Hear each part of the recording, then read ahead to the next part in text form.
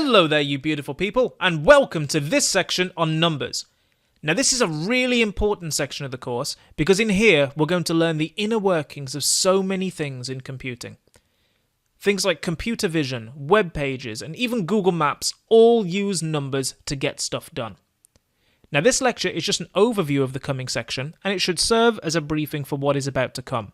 But by the end of the lecture, you should know what we're doing next and be super excited to jump right in and start using numbers in Python.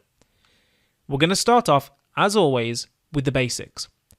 The first lecture will cover how to do basic arithmetic in Python. That is addition, subtraction, multiplication, and division.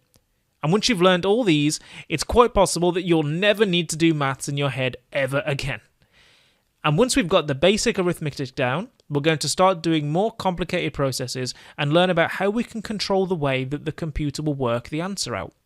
This is very useful and is going to give us a lot of confidence when doing rather complicated things later on. After that, I'm going to introduce you to a new data type called the float.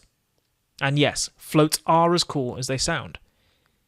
Then we're going to jump in and create our first project.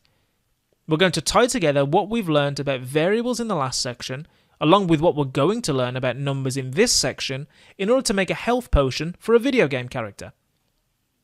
Our project will be able to deal with different game difficulty levels and will really give you a good demonstration of how numbers are used to make things work in computer programs. This project will also introduce us to the Python random module, which we will use to make a random number generator. By doing this, we will learn how to use Python libraries, and this means we can leverage work done by other people to make our code even more awesome. After that, for those of you who are interested, we're going to cover other mathematical topics such as rounding, powers, square roots, some basic trigonometry, and go into more advanced topics using the Python math module.